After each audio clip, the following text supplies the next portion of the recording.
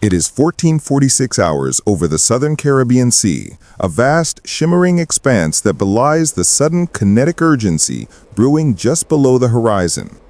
Above the clear thermal expanse, two Venezuelan Air Force General Dynamics F-16A Block 15 Fighting Falcons, operating with aggressive disregard for international air safety protocols, have accelerated to near supersonic speed, achieving a definitive radar lock on a U.S. Navy Arleigh Burke-class destroyer, the USS Jason Dunham DDG-109.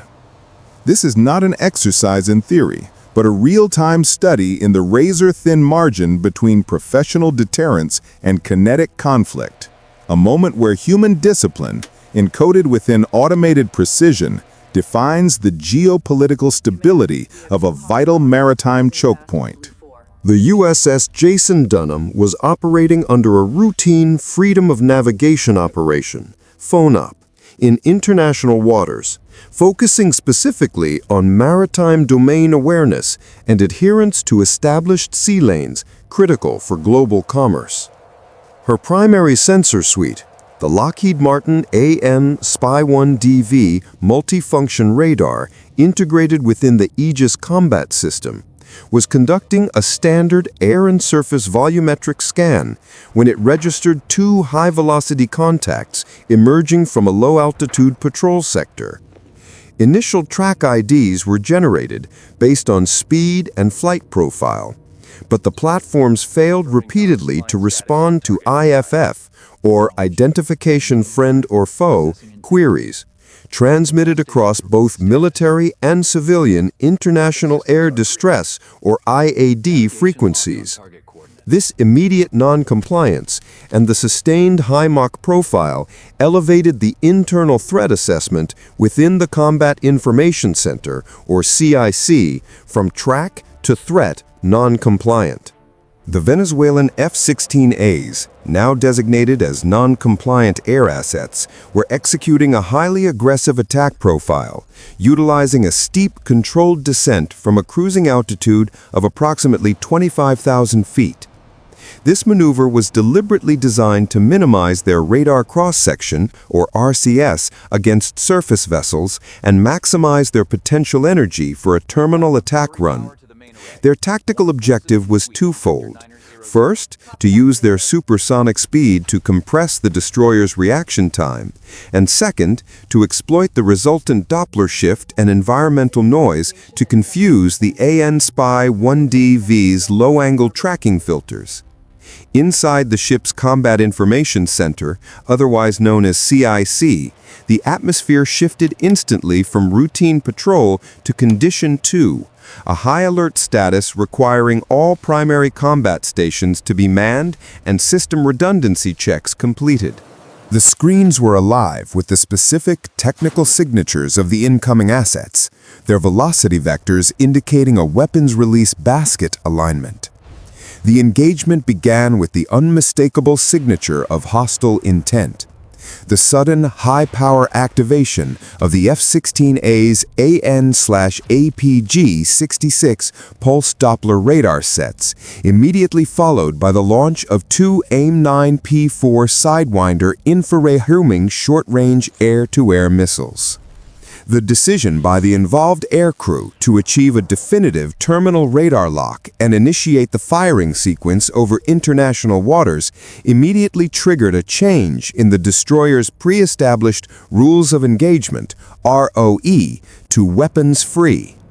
The Aegis system, a marvel of distributed computing, responded with a nearly instantaneous autonomous speed measured in milliseconds. The primary tactical why for the Jason Dunham's crew was to first deny the missile seeker head a valid target and then to decouple the adversary's targeting solution before a subsequent launch could occur. The first Sidewinder missile, which relies on a distinct thermal signature for guidance, was met not with a projectile, but with a torrent of digital chaos. The destroyer's AN/SLQ-32V electronic warfare system, specifically its active electronic attack capability, immediately began saturating the missile's IR seeker with high-power broadband noise jamming and a rapid release of false thermal plumes, artificially generated heat sources designed to mimic the destroyer's own exhaust, but appearing in multiple random locations. This sophisticated tactic, known as soft-kill electronic deception, overwhelmed the missile's proportional navigation system.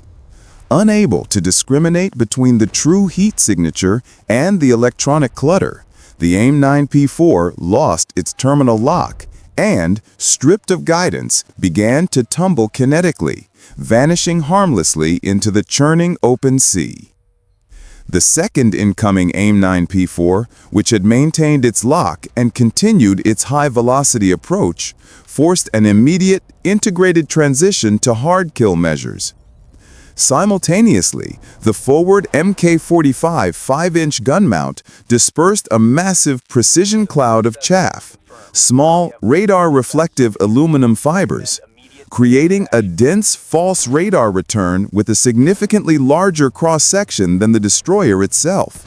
This decoherence action was coupled with the primary kinetic response. The ship's Raytheon General Dynamics Mk-15 Phalanx Close-In Weapon System, or CIWS, a fully autonomous, self-contained system, roared to life. Its integrated Ku-band radar acquired and tracked the incoming missile, engaging it with a dense, highly focused barrage of 20mm tungsten penetrator rounds. The resulting kinetic interception, occurring within a few hundred yards of the ship's bow, resolved the immediate threat, disintegrating the second missile in a brief, brilliant flash of white-hot debris above the waterline. The two F-16As, having failed to achieve destruction with their initial salvos, immediately executed a classic split-axis evasive maneuver, a crucial tactical decision designed to force the Jason Dunham to divide its fire control assets. The first jet performed a high-G climb into the cloud ceiling, attempting to regain its potential energy advantage for a follow-up strike. This became the designated high-level threat. The tactical Y was to force the destroyer to commit its powerful AN-SPY-1D-V radar and its limited number of AN-SPG-62 fire control illuminators to an aerial engagement. Simultaneously, the second F-16 descended rapidly, flying what is called a sea-skimming profile, hugging the water's surface to exploit the surface clutter effect and use the destroyer's own wake for partial radar masking. This was the low-level threat, intended to saturate and divide the ship's fire control systems. The turning point was the seamless transition of the Aegis FCS into multi-target engagement mode. Without relying on human input beyond the initial ROE confirmation, the system classified both splitting contacts as high priority, designating them for simultaneous and non-linear engagement. The ship's weapons coordinator, analyzing the projected impact solution, recognized the greater immediate peril posed by the high-climbing F-16, which could transition to a high-speed dive and achieve the most lethal firing solution. The primary long-range weapon was assigned, a Raytheon Standard Missile 2 Block 3A, or SM-2MR, launched from a vertical launch cell within the Mk-41 vertical launching system. The SM-2 missile rapidly achieved supersonic velocity, guided initially by the AN/SPY-1DV radar, until it reached the mid-course trajectory, at which point one of the ship's AN/SPG-62 fire control illuminators, a high-power radar dish, slewed onto the target, providing the precise energy source required for the missile's own semi-active homing seeker to acquire the F-16. A faint, brilliant thermal plume, the engine exhaust signature of the high-flying F-16, was precisely illuminated. The intercept occurred at approximately 9 nautical miles, well outside the range of the F-16's remaining armament. The kinetic event resulted in the confirmed loss of control and airframe integrity of the high-level asset, verified by the Aegis system's assessment of the resultant debris field and the immediate cessation of the radar return, a process logged and timestamped as track resolution, hostile killed, HK. The final element of the confrontation was the low-flying F-16, which, in isolation, continued its aggressive inbound run. Recognizing the immediate loss of its high-level wingman, the involved aircrew chose to transition from a missile engagement to a final low-altitude, high-speed pass across the destroyer's stern, engaging the ship with its General Electric M61A1 Vulcan 20mm rotary cannon. A short burst of high-explosive incendiary tracer rounds impacted the destroyer's starboard side superstructure, causing minor superficial damage to the communication antenna array and the exterior railings. The CIWS, having already defeated the second missile and now fully reset, immediately slewed onto the newly defined low-level threat, acquiring its final vector. Its dedicated Ku-band radar achieved a definitive lock on the rapidly departing jet.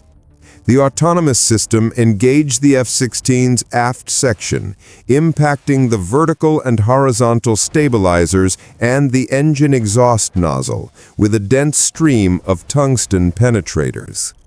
The Venezuelan aircraft quickly lost stability and control.